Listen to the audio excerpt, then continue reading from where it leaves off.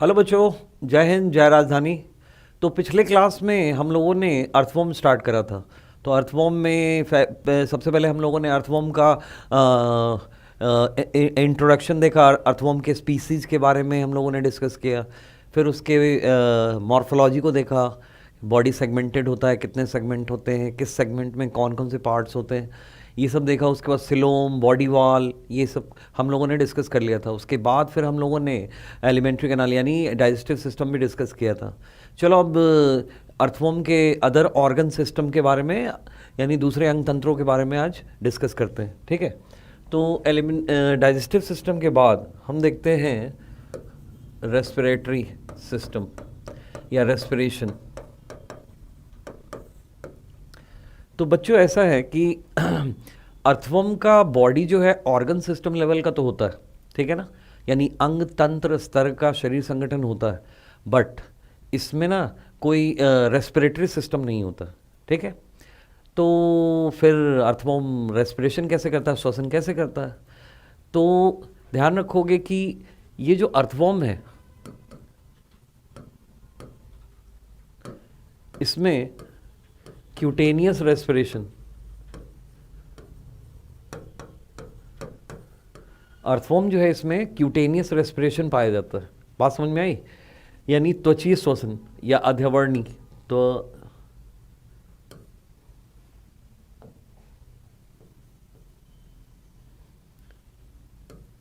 त्वचीय श्वसन पाया जाता है। तो अर्थवॉर्म का जो स्किन होता है वो बहुत ही थिन होता है, ठीक है, और मॉइस्ट होते हैं यानी नम होता है, पतला होता है और काफ़ी अधिक संवहनीय यानी हाईली वेस्कुलर होता है, ब्लड सप्लाई बहुत अधिक होती है। और ये गीली मिट्टी में पाया जाता है। तो गीली मिट्टी में जो वाटर होता है उस वाटर में डिज़ोल्व्ड यानी उस पानी में घुले हुए ऑक्सीजन को ये अपनी त्वचा से ग्रहण करता है, ठीक है। फिर उस ऑक्सीजन को ब्लड यानी अर्थवॉर्म का जो ब्लड है वो पूरे बॉडी में कंडक्ट करता है यानी सर्कुलेट कर देता है, ताकि सारे ऊतकों को ऑक्सीजन मिल जाए। और वापसी में CO2 को ब्लड लेकर आता है, ठीक है। और त्वचा से ही CO2 विसरण विधि द्वारा बाहर चला जाता है, ठीक है। तो यानी ऑक्सीजन का इनटेक और CO2 का बाहर जाना, ये दोनों जो है विसरण विधि द्वारा त्वचा से होता है, ठीक है। तो इसमें त्वचीय श्वसन होता है, इंटेगुमेंट्री या क्यूटेनियस रेस्पिरेशन होता है। इसमें एज सच कोई भी रेस्पिरेटरी सिस्टम नहीं पाया जाता, ठीक है। चलो ये हो गया। अब हम लोग नेक्स्ट जो सिस्टम है अर्थवॉर्म का वो है ब्लड वेस्कुलर सिस्टम।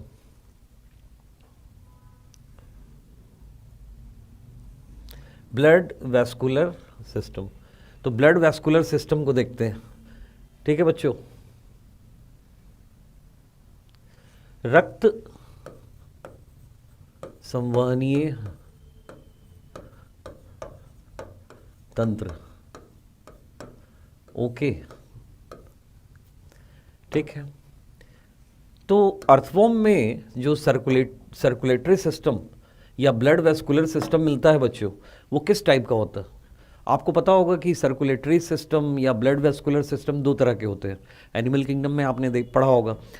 तो एक जो ब्लड वेस्कुलर सिस्टम होता है वो ओपन टाइप होता है और दूसरा जो होता है वो क्लोज टाइप होता है, यानी खुला प्रकार और बंद प्रकार। आप मुझे बताओ कि अर्थवॉर्म यानी एनालिड्स में किस प्रकार का ब्लड वेस्कुलर सिस्टम मिलता है, ओपन और क्लोज्ड? तो एनालिड्स में ध्यान रखोगे क्लोज टाइप यानी बंद प्रकार का रक्त, बंद प्रकार ठीक है।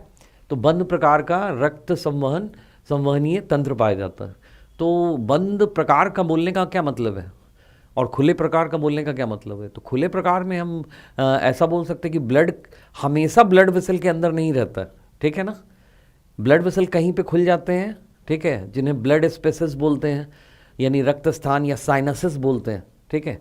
तो ब्लड वेसल से ब्लड निकलकर इन साइनसेस में भर जाता है और फिर वापस ब्लड वेसल में चला जाता है, यानी blood is not confined to blood vessel, ठीक है, it comes out of blood vessel.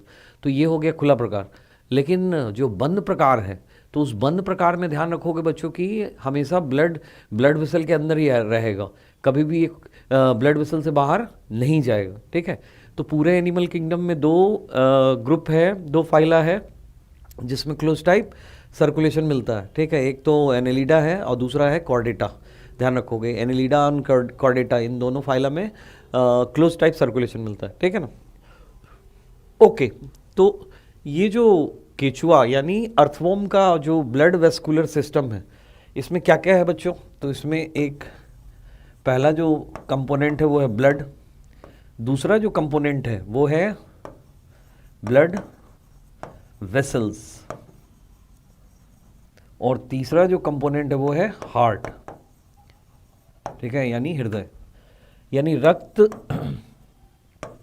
रक्त वाहिनियां एंड हार्ट यानी हृदय। ओके, हृदय। चलो एक एक करके देखते हैं।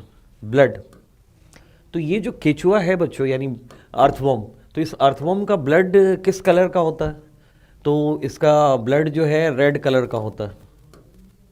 ठीक है ना, रेड कलर का। तो रेड कलर का क्यों होता है? हमारा ब्लड रेड कलर का क्यों होता है? क्योंकि हमारे ब्लड में रेस्पिरेटरी पिगमेंट हीमोग्लोबिन प्रेजेंट होता है, हीमोग्लोबिन प्रेजेंट होता है। ठीक है ना। तो ये जो हीमोग्लोबिन है रेड कलर का क्या है? रेस्पिरेटरी पिगमेंट है, ये ब्लड को रेड कलर प्रदान करता है। तो हमारे ब्लड के जैसा ही, ठीक है, अर्थवॉर्म के या सभी एनालिड्स के ब्लड में भी हीमोग्लोबिन मिलता है। ठीक है ना, इस वजह से दोनों का कलर सेम है, लेकिन एक डिफरेंस है। क्या डिफरेंस है बच्चों? तो हमारा जो हीमोग्लोबिन होता है, हमारे ब्लड में जो हीमोग्लोबिन होता है वो सेल के अंदर पैक्ड होता है, जिसे रेड ब्लड सेल्स या कॉर्पसल्स कहते हैं, लाल रक्ताणु कहते हैं। ठीक है, लेकिन अर्थवॉर्म में ध्यान रखोगे बच्चों कि अर्थवॉर्म में ऐसा कोई आरबीसी नहीं होता। ठीक है ना, अर्थवॉर्म में जो है हीमोग्लोबिन जो है वो डिजॉल्व होता है कहाँ? सीधा प्लाज्मा में ही डिजॉल्व होता है। ठीक है, अर्थवॉर्म में ब्लड जो हीमोग्लोबिन जो है ब्लड के प्लाज्मा में डिजॉल्व होता है, किसी सेल के अंदर पैक नहीं होता है। फंक्शन तो वैसे ही करते हैं जैसे हमारे ब्लड में करते हैं, ऑक्सीजन को ले जाना। ठीक है ना, तो clear, haemoglobin is dissolved in blood plasma. ठीक है, अर्थवॉर्म के ब्लड में प्लाज्मा होता है, ठीक है, जिसमें हीमोग्लोबिन डिजॉल्व है। इसके साथ ही साथ कुछ सेल्स भी प्रेजेंट होते हैं, ब्लड सेल्स, लेकिन वो ब्लड सेल्स जो होते हैं कलरलेस होते हैं और फैगोसिटिक नेचर के होते हैं, यानी भक्षणकारी होते हैं। जैसे हमारे ब्लड में WBC प्रेजेंट होता है उसी तरह से। क्लियर है? अब ये जो ब्लड है, ठीक है, हमारे बॉडी में ब्लड का फॉर्मेशन रेड बोन मैरो में यानी लाल अस्थि मज्जा में होता है। अर्थवॉर्म के बॉडी में ब्लड का फॉर्मेशन कहाँ होता है? तो बच्चों ध्यान रखोगे कि अर्थवॉर्म के बॉडी में ब्लड का फॉर्मेशन ब्लड ग्लैंड्स में होता है, यानी रक्त ग्रंथियां। और ये जो ब्लड ग्लैंड्स है ये प्रेजेंट कहाँ होते हैं? तो ये 4th, 5th and 6th segments में प्रेजेंट होते हैं। ठीक है, ये 3 पेयर्स ब्लड ग्लैंड्स होते हैं, 3 पेयर्स ब्लड ग्लैंड होते हैं। ध्यान रहेगा। तो ये इस तरह के सवाल जो है नीट में पूछे जाते हैं। ठीक है ना, कि कौन सा ऑर्गन किस सेगमेंट, अर्थवॉर्म के बॉडी में किस सेगमेंट में प्रेजेंट होता है, तो सेगमेंट वाइज याद होना चाहिए। ठीक है ना, तो याद रहेगा कि 3 पेयर्स ऑफ ब्लड ग्लैंड्स हैं और वो किस में प्रेजेंट है? 4th, 5th and 6th segment में। क्लियर? तो चलो ब्लड की बात हम लोगों ने कर लिया। ठीक है, अब जरा हम बात करते हैं ब्लड वेसल्स, रक्तवाहिनियाँ। ठीक है, तो ये जो फिगर आप देख रहे हो बच्चों, ठीक है, तो ये अर्थवॉर्म का ब्लड वेस्कुलर सिस्टम है। ठीक है, इसमें खूब सारे ब्लड वेसल्स दिख रहे हैं और देखने में ये कॉम्प्लेक्स लग रहा है, बट इसको थोड़ा हम सही तरीके से अगर स्टडी करें तो बहुत आसानी से याद भी हो सकता है। ठीक है ना, बहुत आसानी से याद कर सकते हैं।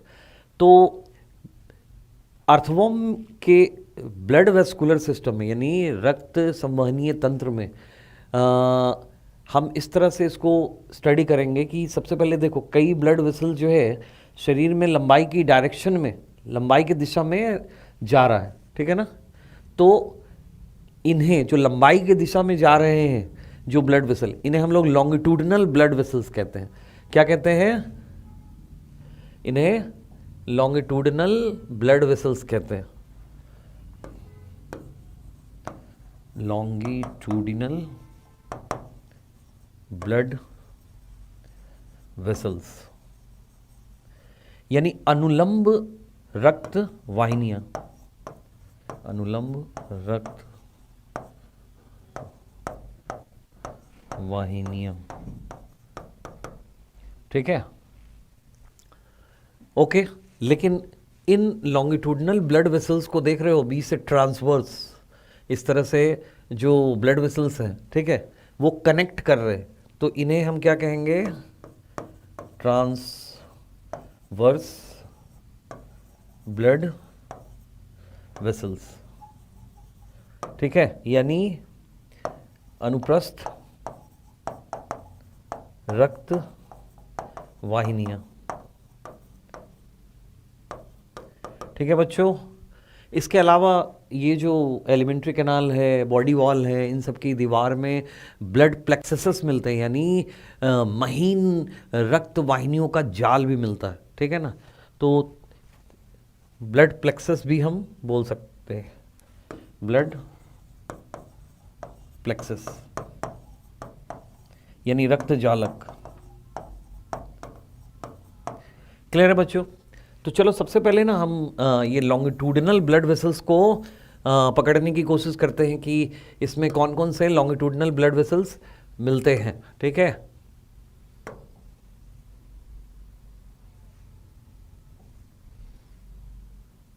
तो देखो अर्थवॉर्म के ब्लड वेस्कुलर सिस्टम में बच्चों सबसे पहले ये जो ब्लड वेसल दिख रहा है, इसको ट्रेस करते हैं। ये है एलिमेंट्री कैनाल के ठीक डॉर्सल सरफेस पे पीछे से आगे की ओर रन कर रहा है ना, दिख रहा है। यानी अर्थवॉर्म के, केचुआ के आहार नाल के ठीक ऊपर मिड डॉर्सली एक ब्लड वेसल बड़ा सा रन कर रहा है। इसे हम बोलते हैं डॉर्सल ब्लड वेसल। क्या कहेंगे इसे? Dorsal blood vessel. ये यानी पृष्ठ, तो पहला जो है वो है डॉर्सल ब्लड वेसल, ठीक है, डॉर्सल ब्लड वेसल। तो ये जो डॉर्सल ब्लड वेसल है बच्चों, ये एक सिंगल ब्लड वेसल है और ये एलिमेंट्री कैनाल के ऊपर मिड डॉर्सली ये रन करता है पीछे से आगे की ओर। क्लियर? इसकी दीवार जो होती है मोटी होती है और काफ़ी मस्कुलर, मांसल होती है, ठीक है। और इस ब्लड वेसल की दीवार में लगातार पल्सेशन होता है, यानी स्पंदन होता है। यानी ये ब्लड वेसल जो है, डॉर्सल ब्लड वेसल, वो इस तरह से क्या करते हैं? पल्सेट करते रहते हैं, यानी स्पंदित होते रहते हैं, ठीक है। जिसकी वजह से ब्लड पंप होता है किधर की तरफ? पीछे से आगे की ओर ब्लड का फ्लो होता है इस ब्लड वेसल्स में, ठीक है ना, पीछे से आगे की ओर, यानी ये पीछे से आगे की ओर पंप करता है, ठीक है। अच्छा, ब्लड का बैक फ्लो ना हो, यानी ब्लड वापस पीछे ना चला जाए, इसके लिए इन ब्लड वेसल में अंदर वाल्व्स यानी कपाट होते हैं, ठीक है, जो ब्लड को आगे की ओर जाने देते हैं बट पीछे की ओर नहीं जाने देते हैं, ठीक है बच्चों। अब देखो ये जो डॉर्सल ब्लड वेसल है, ठीक है, ये 13वें खंड के पीछे, 13वें खंड के पीछे रिसीविंग ब्लड वेसल है। रिसीविंग मतलब ये ब्लड ग्रहण करता है, प्राप्त करता है, ये अंगों से रक्त प्राप्त करता है। क्लियर? ये अंगों से रक्त प्राप्त करता है, लेकिन 13वें खंड, शुरू के 13वें खंड में ये ब्लड देता है, प्रदान करता है, ठीक है। तो हम बोल सकते हैं कि शुरू के 13वें खंड में ये एक डिस्ट्रीब्यूटिंग ब्लड वेसल है। क्या है? डिस्ट्रीब्यूटिंग, यानी प्रदान करने वाला ब्लड, अंगों को रक्त प्रदान करता है। लेकिन 13वें खंड के पीछे ये रिसीविंग ब्लड वेसल है, यानी ब्लड प्राप्त करता है। क्लियर है? इसकी शाखाएं शुरू के 13वें खंड में आप देख रहे हो कि एलिमेंट्री कैनाल के वॉल में जा रही है ना, और ये एलिमेंट्री कैनाल यानी आहार नल की दीवार को रक्त प्रदान कर रहा है। क्लियर है? तो ये पहला जो है हम लोगों ने देख लिया डॉर्सल ब्लड वेसल, यानी पृष्ठ रक्त वाहिनी। सेकेंड जो है ये दूसरा ब्लड वेसल देख रहे हो बच्चों, ये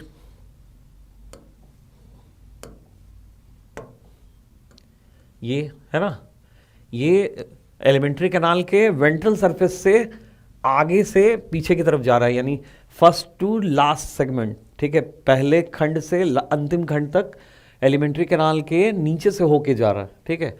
तो वेंट्रल सरफेस पे है, इसलिए इसे हम क्या कहेंगे, वेंट्रल ब्लड वेसल कहेंगे, ठीक है ना, इसे हम वेंट्रल ब्लड वेसल कहते हैं। क्लियर। तो ये जो वेंट्रल ब्लड वेसल है बच्चों, इसकी दीवार पतली होती है, इसमें कोई वाल्व नहीं होता है, ठीक है, और इसमें कोई स्पंदन भी नहीं होता, ठीक है, और ये ब्लड को जो है आगे से पीछे की ओर ले जाता है। ये ब्लड को हमेशा ध्यान रखोगे, कहाँ से कहाँ, आगे से पीछे की ओर ले जाता है। और ये जो वेंट्रल ब्लड वेसल है बच्चों, ठीक है, ये मेन डिस्ट्रीब्यूटिंग ब्लड वेसल है। क्या है ये, मुख्य प्रदान करने वाला, वितरित करने वाला ब्लड वेसल है। आप देख सकते हो फिगर में कि ये जो वेंट्रल ब्लड वेसल है ना, तो इससे ये ब्रांचेस जो है बॉडी वॉल में जा रहे हैं, ठीक है, और डिफरेंट ये वेंट्रोटेगमेंट्री वेसल है, ठीक है, यानी ये बॉडी वॉल को भी दे रहा है, नेफ्रीडिया को दे रहा है, रिप्रोडक्टिव ऑर्गन्स को ब्लड दे रहा है, ठीक है ना। क्लियर। तो इससे, और साथ ही साथ देखो ये एलिमेंट्री कैनाल 13वें खंड के पीछे से ये क्या है, एलिमेंट्री कैनाल के दीवार को भी वेंट्रली ब्लड प्रदान कर रहा है, इसको वेंट्रो इंटेस्टाइनल ब्लड वेसल कहते हैं, है ना। क्लियर। तो मेन डिस्ट्रीब्यूटिंग ब्लड वेसल अगर हमसे पूछा जाए तो हम बताएंगे क्या, वेंट्रल ब्लड वेसल। क्लियर। अब चलो जरा नेक्स्ट देखते हैं, ये एक ब्लड वेसल दिख रहा होगा, है ना, फिगर में ये। क्लियर। तो ये जो है एलिमेंट्री कैनाल के लेटरल साइड पे है ना, तो इसे हम लोग लेटरल इसोफेजियल वेसल कहते हैं। क्या कहते हैं, लेटरल इसोफेजियल ब्लड वेसल। तो तीसरा जो लॉन्गिट्यूडनल ब्लड वेसल है वो कौन सा है, लेटरल इसोफेजियल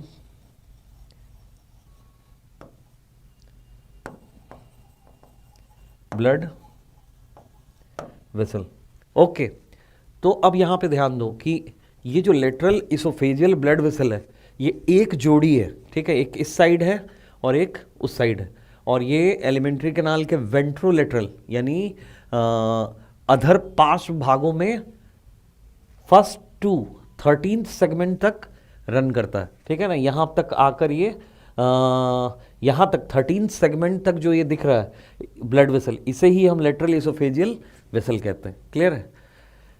फिर आगे ये 13th सेगमेंट में दोनों लेटरल इसोफेजियल ब्लड वेसल आपस में जुड़कर एक हो जाते हैं और एक सिंगल ब्लड वेसल के फॉर्म में देखो ये पीछे की तरफ जा रहा है, ठीक है ना। तो इससे हम कहते हैं सबन्यूरल वेसल। तो इसको हम लोग डिस्कस करेंगे अभी, ठीक है, lateral oesophageal blood vessel. Okay.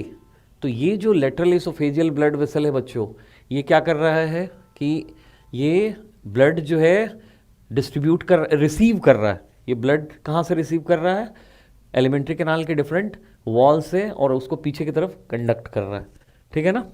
Okay. अब नेक्स्ट जो चौथा ब्लड वेसल है, ओके, इसे कहते हैं सबन्यूरल ब्लड वेसल। ओके, क्या कहेंगे इसे, सबन्यूरल ब्लड वेसल। तो सब न्यूरल का मतलब क्या हुआ, सब मतलब नीचे, न्यूरल मतलब नर्व कॉर्ड, ठीक है। तो देखो ये दोनों लेटरल इसोफेजियल ब्लड वेसल जो है आपस में फ्यूज करके एक सिंगल सबन्यूरल ब्लड वेसल बनाते हैं, और ये नर्व कॉर्ड के नीचे इसका जो नर्व कॉर्ड तंत्रिका रज्जु होता है उसके नीचे से होकर मिड वेंट्रली ये बॉडी के लास्ट सेगमेंट तक जाता है। क्लियर है। ये जो सबन्यूरल ब्लड वेसल है बच्चों, ठीक है, देखो ये सबन्यूरल ब्लड वेसल, ये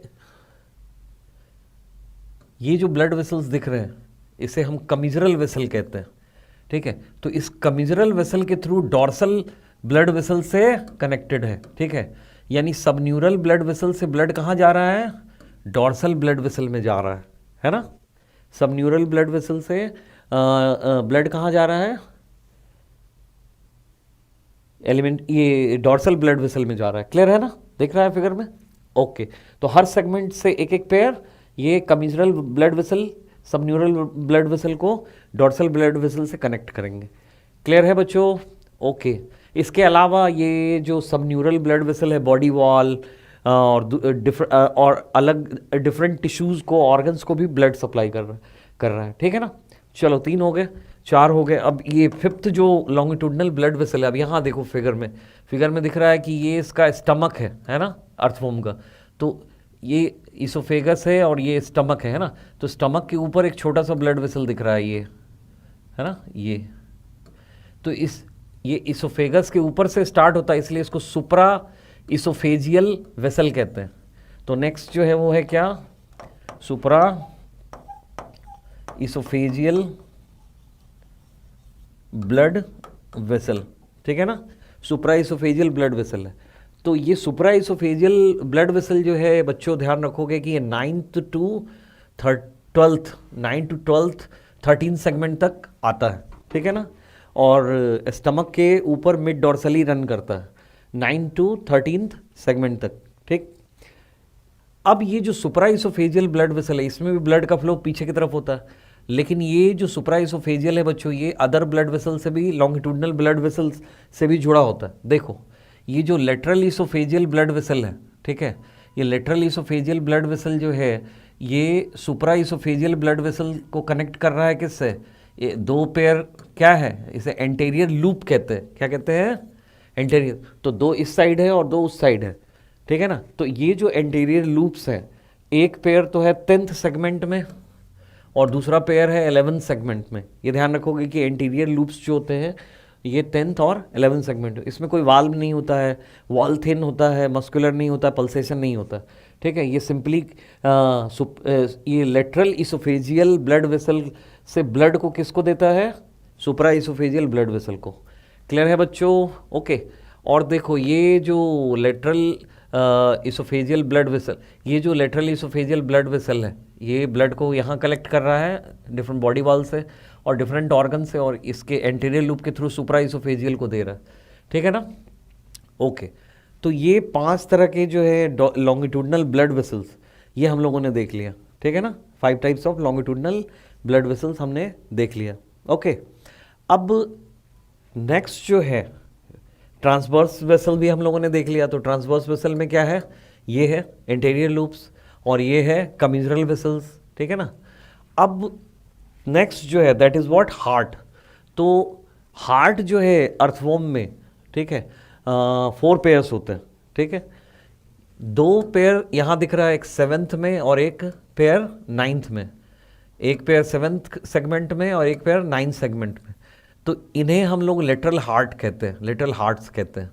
तो ये जो लेटरल हार्ट्स होते हैं 7th और 9th सेगमेंट में एक एक पेयर, ये डॉर्सल ये वेंट्रल ब्लड वेसल और डॉर्सल ब्लड वेसल दोनों को कलेक्ट करते हैं। इसके थ्रू क्या होता है कि ब्लड डॉर्सल ब्लड वेसल से वेंट्रल ब्लड वेसल में आता है। ठीक है, और 12th एंड 13th सेगमेंट में भी एक एक पेयर हार्ट होते हैं। इसे लेटरल इसोफेजियल हार्ट कहते हैं। क्या कहेंगे? Lateral oesophageal heart. तो ये लेटरल इसोफेजियल हार्ट क्या करता है कि देखो, ये डॉर्सल ब्लड वेसल को वेंट्रल ब्लड वेसल और सुप्रा इसोफेजियल ब्लड वेसल से कनेक्ट करता है। ठीक है, डॉर्सल ब्लड वेसल से और सुप्रा इसोफेजियल ब्लड वेसल से ब्लड जो है इस लेटरल इसोफेजियल हार्ट से होते हुए किसमें आ रहा है? वेंट्रल ब्लड वेसल में आ रहा है और फिर पीछे की तरफ ये फ्लो कर रहा है। क्लियर है बच्चों? तो ये हम लोगों ने देख लिया क्या? अर्थवॉर्म का close type blood vascular system. ठीक है, तो सेगमेंट वाइज याद रखना पड़ेगा कि lateral heart 7th and 9th में मिलता है एक एक पेयर, और लेटरल इसोफेजियल हार्ट जो है 12th एंड 13th में प्रेजेंट होता है। 7, 9, 12, 13। ठीक है, जिसमें 12 और 13 सेगमेंट वाले हार्ट को हम क्या कहते हैं? लेटरल इसोफेजियल हार्ट कहते हैं। अच्छा, इन्हें हार्ट क्यों बोला जा रहा है? तो इसका कारण ये है कि इनकी वॉल जो होती है मस्कुलर होती है और इसमें पल्सेशन होता है, इस तरह से पल्सेशन, तो ब्लड को पंप करने में हेल्प करते हैं, और इसमें बैक फ्लो को रोकने के लिए वाल्व्स भी प्रेजेंट होते हैं। क्लियर है बच्चों? तो ये हम लोगों ने कर लिया ब्लड वेस्कुलर सिस्टम। ठीक है, चलो बात को आगे बढ़ाई जाए।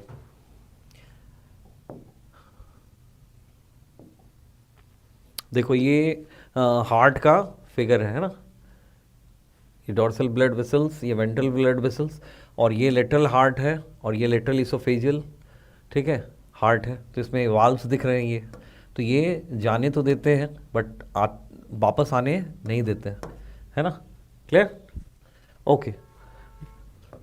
नेक्स्ट सिस्टम जो है बच्चों, ठीक है, वो है एक्सक्रीटरी सिस्टम, ठीक है ना, उत्सर्जन तंत्र।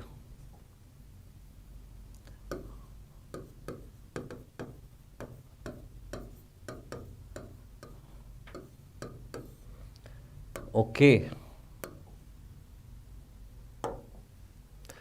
तो ये जो अर्थवॉर्म है बच्चों, इसमें उत्सर्जन जो है, उत्सर्जन यानी एक्सक्रीशन के लिए वेल डिफाइंड सिस्टम होता है, ठीक है। और इस सिस्टम में जो ऑर्गन वर्क करते हैं that is called as nephridia. Nephridia यानी वृक्कक बोलते हैं इसको, है ना, वृक्कक। तो ये जो नेफ्रीडिया है बच्चों, ये करते क्या है, ये अर्थवॉर्म के ब्लड से, सिलोमिक फ्लूइड से एक्सक्रीटरी वेस्ट यानी उत्सर्जी पदार्थों को खींचकर बाहर निकालते हैं और यूरिन के फॉर्म में इसे बॉडी से बाहर एलिमिनेट करते हैं, उत्सर्जित करते हैं, ठीक है। तो चलो पहले हम ये नेफ्रीडिया के बारे में देखें, ठीक है। ये फिगर जो है बच्चों क्या है, नेफ्रीडिया का है, वृक्कक का। तो ये जो नेफ्रीडिया होता है बच्चों, ठीक है, ये एक कॉइल्ड स्ट्रक्चर होता है, ठीक है, एक कुंडलित रचना होती है, और इसका एक छोर जो होता है वो खुला होता है, ठीक है। और वो जो छोर खुला होता है उसके किनारे पर बहुत सारे सीलिया प्रेजेंट होते हैं, और बीच में एक छिद्र होता है, ठीक है। तो ये जो खुला छोर है इसे नेफ्रोस्टोम कहते हैं। क्या कहते हैं, नेफ्रोस्टोम, क्लियर। अब ये जो नेफ्रोस्टोम है ये आगे ट्यूब्स में, कॉइल्ड ट्यूब्स में खुलता है, ठीक है, और फिर वापस ये टर्मिनल नेफ्रीडियल डक्ट के फॉर्म में बॉडी से बाहर खुल जाता है, या फिर एलिमेंट्री कैनाल में खुलता है, ठीक है ना, ओके।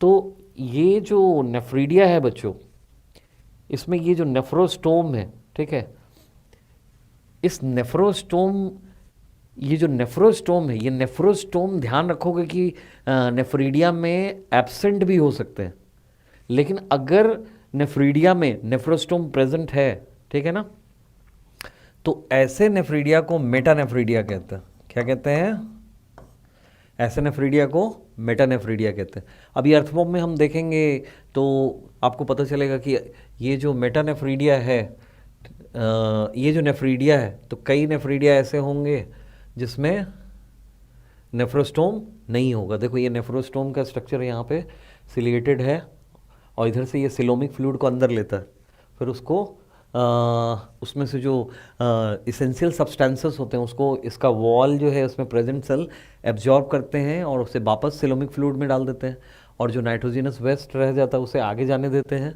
जो पूरा ट्रेवल करके जो है ये टर्मिनल डक्ट से होकर बाहर आता है, या तो बॉडी से बाहर जाएगा या एलिमेंट्री कैनाल में जाएगा, ओके। तो एक मेटानेफ्रीडिया का स्ट्रक्चर आपको समझ में आ गया, ठीक है ना। अब इसी नेफ्रीडिया एंड मेटानेफ्रीडिया के द्वारा ध्यान रखोगे कि अर्थवॉर्म में एक्सक्रीशन होता है, ठीक है। तो ये जो अर्थवॉर्म है इसमें नेफ्रीडिया जो पाया जाता है वो उसके टाइप्स होते हैं। तो अर्थवॉर्म में 3 तरह के नेफ्रीडिया मिलेंगे। पहला फेरिंजियल नेफ्रीडिया, ठीक है, पहला क्या है, फेरिंजियल नेफ्रीडिया, ग्रसनीय वृक्कक, ठीक है। तो ये जो ग्रसनीय वृक्कक होते हैं बच्चों, ये ध्यान रखोगे कि 3 पेयर टफ्ट, ठीक है ना, टफ्ट यानी झुंड के फॉर्म में प्रेजेंट होते हैं, ठीक है। और किस किस सेगमेंट में प्रेजेंट होते हैं, तो ये प्रेजेंट होते हैं, देखो 4th, 5th एंड 6th। यहीं पे ब्लड ग्लैंड भी प्रेजेंट होता है, जो अभी हम लोग डिस्कस कर रहे थे सर्कुलेटरी सिस्टम में, ठीक है। तो ये देखो, ये टफ्ट दिख रहा है ना, ये झुंड, लगभग 100 नेफ्रीडिया का झुंड होता है, ठीक है। और ये जो टफ्ट है, एक एक pair 4th, 5th and 6th segment में प्रेजेंट होते हैं। क्लियर? हर एक टफ्ट में लगभग 100 नेफ्रीडिया होता है, ध्यान रखोगे। और उनका जो टर्मिनल डक्ट है वो सब आपस में जुड़कर एक कॉमन डक्ट के फॉर्म में, ठीक है ना, कॉमन डक्ट बनाते हैं, ठीक है। और ये देखो एलिमेंट्री कैनाल में खुल जाते हैं। 6th सेगमेंट में जो एक पेयर फेरेंजियल नेफ्रीडिया का टफ्ट है, झुंड है, वो देखो आगे बक्कल चैम्बर में खुल रहा है। और 5th एंड 4th सेगमेंट में जो टफ्ट है वो आगे गिजर्ड में, है ना, फैरिंग्स में खुल रहा है, ठीक है। क्लियर? फैरिंग्स में खुल रहा है। तो ये जो फेरेंजियल नेफ्रीडिया होते हैं बच्चों, ये 3 पेयर्स टफ्ट के फॉर्म में होते हैं, 3 पेयर्स टफ्ट के फॉर्म में होते हैं, ठीक है। अब इनमें जो नेफ्रीडिया प्रेजेंट है उनमें ध्यान रखोगे कि नेफ्रोस्टोम नहीं होता, नेफ्रोस्टोम्स एब्सेंट होते हैं। इनमें कोई नेफ्रोस्टोम, कोई सिलिएटेड ओपनिंग नहीं होती है, ठीक है। उसके अलावा आप फिगर में देख रहे हो कि ये सारे नेफ्रीडिया किस में खुल रहे हैं? एलिमेंट्री कैनाल में खुल रहे हैं। तो वैसा नेफ्रीडिया जो एलिमेंट्री कैनाल में खुलता है, यानी एलिमेंट्री कैनाल गट में खुलता है, तो ऐसे नेफ्रीडिया को हम इंटेरोनेफ्रिक क्या कहते हैं? इंटेरोनेफ्रिक नेफ्रीडिया कहते हैं। बात समझ में आ गई? ऐसे नेफ्रीडिया को इंटेरोनेफ्रिक नेफ्रीडिया कहते हैं। क्लियर? चलो अब सेकंड जो है बच्चों वो है इंटेग्यूमेंट्री नेफ्रीडिया, यानी इसे कहेंगे अध्यावर्णी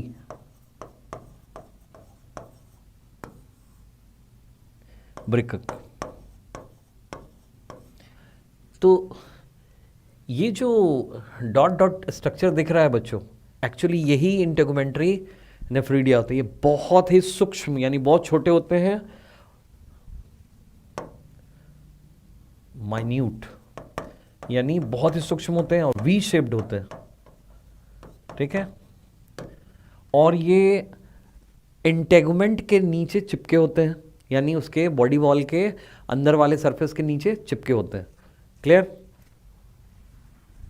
इनमें भी नेफ्रोस्टोम्स नहीं होता, नेफ्रोस्टोम्स एब्सेंट होता।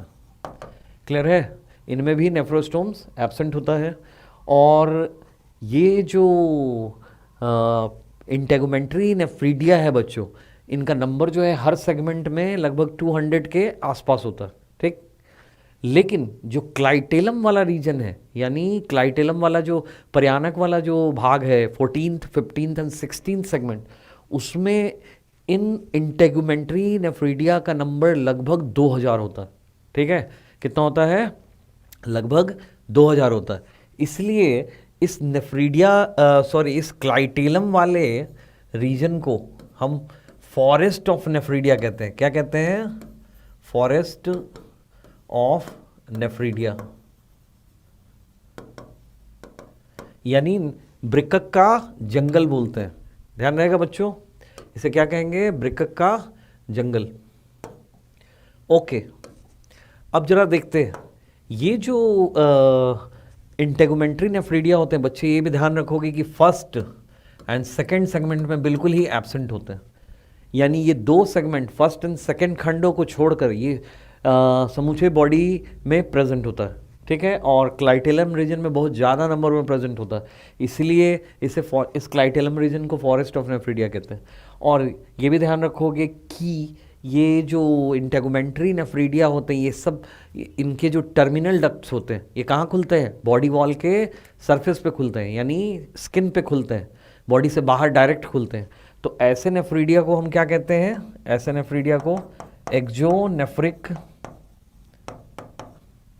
नेफ्रीडिया कहते हैं, ध्यान रहेगा, इसे एक्सोनेफ्रिक नेफ्रीडिया। क्लियर है? ओके, बात समझ में आ गई बच्चों। अब चलो तीसरा जो टाइप है नेफ्रीडिया का, ठीक है, इसे हम सेप्टल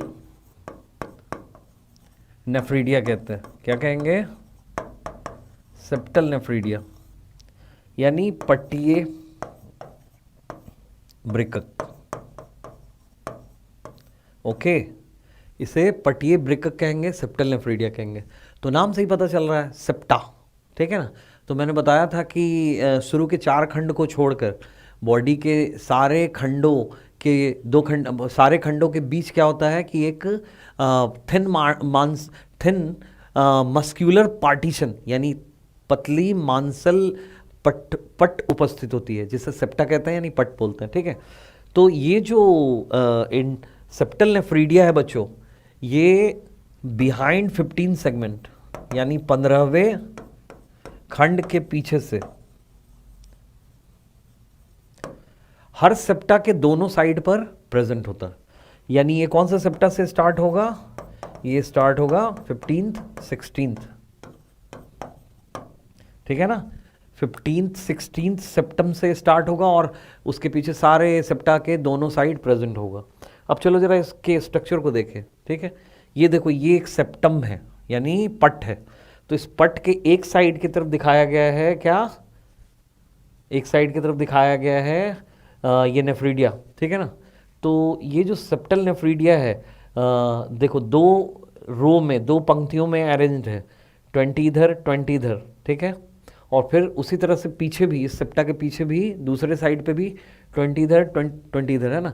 तो ओवरऑल हम ऐसा बोल सकते हैं कि हर सेप्टा पर दोनों साइड मिला के जो है करीब 80 to 100 नेफ्रीडिया प्रेजेंट होते हैं। कौन से? Septal nephridia. और ये सारे नेफ्रीडिया जो है कॉमन सेप्टल एक्सक्रीटरी कैनाल में खुलते हैं, और वो एक्सक्रीटरी कैनाल दोनों साइड आकर किससे? डॉर्सल ब्लड वेसल में, डॉर्सल ब्लड वेसल के नीचे ये जो सुप्रा इंटेस्टाइनल एक्सक्रीटरी डक्ट है, इसमें खुल जाता है, ठीक है ना। पीछे वाला भी, यानी इस सेप्टा के पीछे बैक साइड पे जो नेफ्रीडिया है वो भी इसी सुप्रा इंटेस्टाइनल एक्सक्रीटरी डक्ट में खुलता है, ठीक। तो ये जो सेप्टल नेफ्रीडिया होता है बच्चों, ये लार्जेस्ट नेफ्रीडिया होता है, सेप्टल नेफ्रीडिया। ये क्या है? लार्जेस्ट नेफ्रीडिया है। और इसमें नेफ्रोस्टोम प्रेजेंट है, नेफ्रोस्टोम प्रेजेंट है, तो इसलिए इसे हम मेटानेफ्रीडिया भी बोल सकते हैं। और ध्यान रखोगे कि ये कहाँ खुल रहा है, तो देखो ये जो सुप्रा इंटेस्टाइनल एक्सक्रीटरी डक्ट है, किस में खुल रहा है? एलिमेंट्री कैनाल, इंटेस्टाइन में खुल रहा है। तो इसलिए इंटेस्टाइन में खुलने वाले नेफ्रीडिया को हम क्या बोलते हैं? इंटेस्टाइन में खुलने वाले नेफ्रीडिया को मेटानेफ्रीडिया, सॉरी, इंटेरोनेफ्रिक नेफ्रीडिया बोलते हैं। तो ये जो इंटेरोनेफ्रिक नेफ्रीडिया, ठीक है, इंटेरोनेफ्रिक नेफ्रीडिया बोलते हैं। तो ये जो इंटेरोनेफ्रिक नेफ्रीडिया है, ठीक है, तो इसका मतलब क्या हुआ कि ये सभी सेप्टल नेफ्रीडिया जो है यूरिन को कहाँ गिराएंगे? एलिमेंट्री कैनाल, इंटेस्टाइन में गिराएंगे, और वो यूरिन जो है इंटेस्टाइन से होते हुए एनस से बाहर जाएगा, ठीक है। तो इंटेगुमेंट्री नेफ्रीडिया एक्सोनेफ्रिक है, बाकी pharyngeal nephridia and septal nephridia ये दोनों क्या है? एंटेरोनेफ्रिक है। तो एंटेरोनेफ्रिक नेफ्रीडिया का क्या फ़ायदा है बच्चों, बताओ। तो एंटेरोनेफ्रिक नेफ्रीडिया का फ़ायदा ये है कि यूरिन जो है एलिमेंट्री कैनाल से होकर जाएगा, तो उस यूरिन में जो एक्सेस वाटर है, ठीक है, उस वाटर का रीएब्जॉर्प्शन होगा, यानी पुनः अवशोषण होगा, और वो वाटर जो बॉडी से बाहर एक्सक्रीट आउट होता वो बॉडी में कंजर्व हो जाएगा। तो एंटेरोनेफ्रिक मेटानेफ्रीडिया का फ़ायदा ये है कि ये वाटर का कंजर्वेशन करता है, एक्सेस वाटर के लॉस को प्रिवेंट करता है। क्लियर है बच्चों? अब मुझे ये बताओ कि ये जो अर्थवर्म है इसका एक्सक्रीटरी वेस्ट क्या है? ये कौन सा नाइट्रोजिनस वेस्ट एलिमिनेट करता है?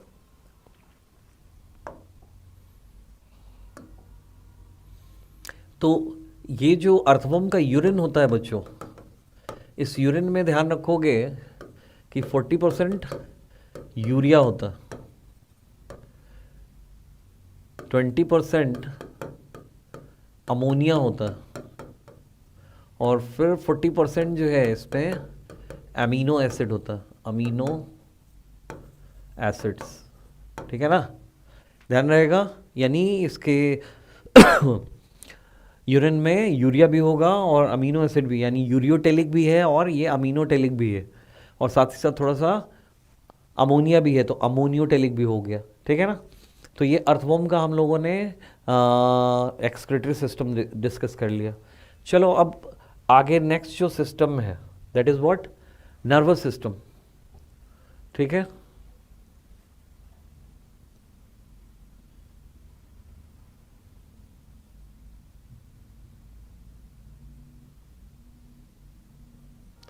ठीक है बच्चों, नर्वस सिस्टम।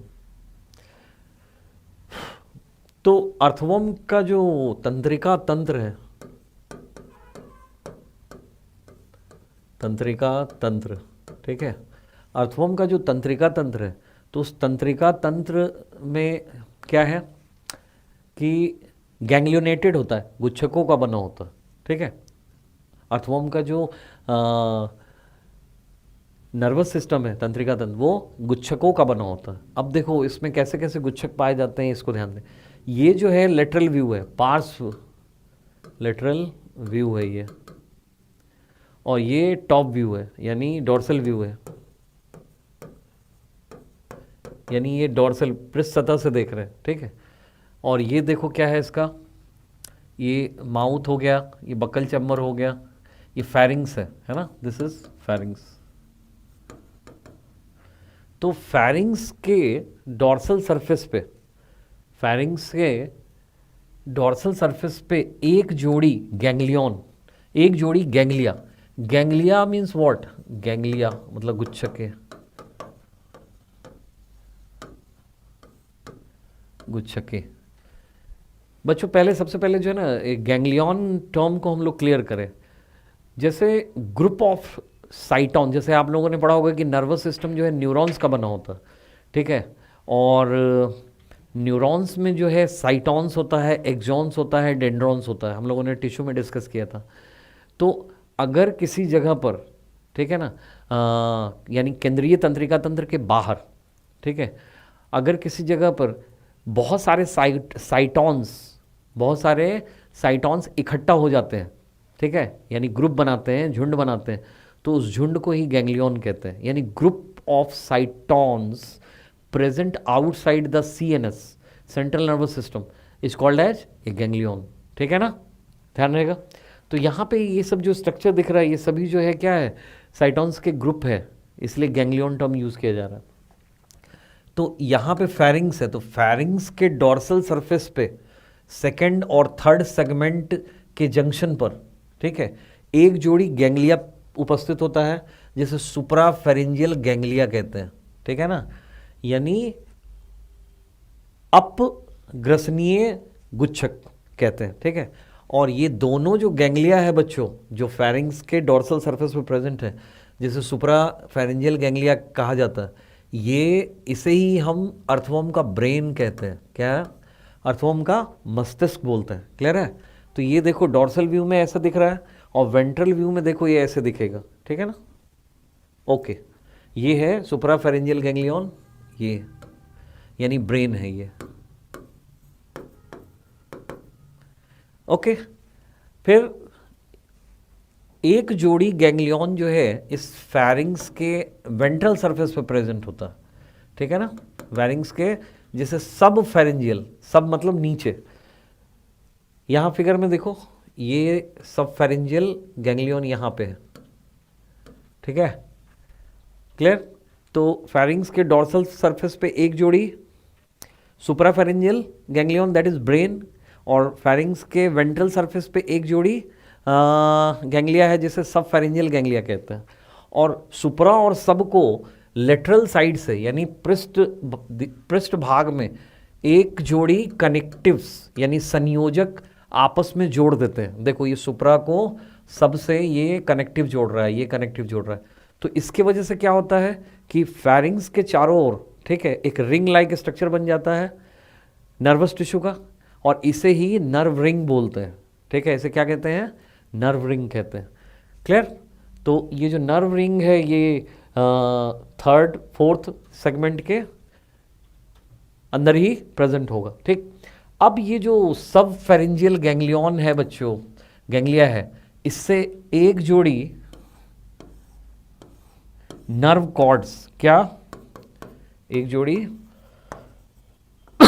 नर्व कॉर्ड्स निकलते हैं, ठीक है, और ये मिड वेंट्रली यानी मध्य अधरीय भाग से होते हुए बॉडी के लास्ट सेगमेंट तक ये जाता है, ठीक है ना।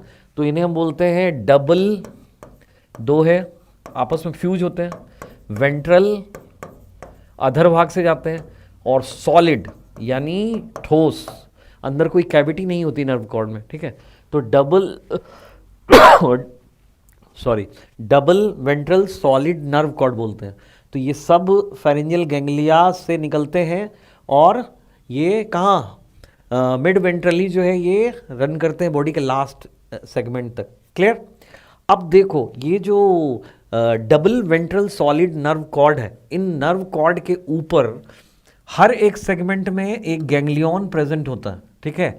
इससे सेगमेंटल गैंग्लियन कहते हैं। क्या कहते हैं? खंडीय गुच्छक कहते हैं, सेगमेंटल गैंग्लियन। क्लियर?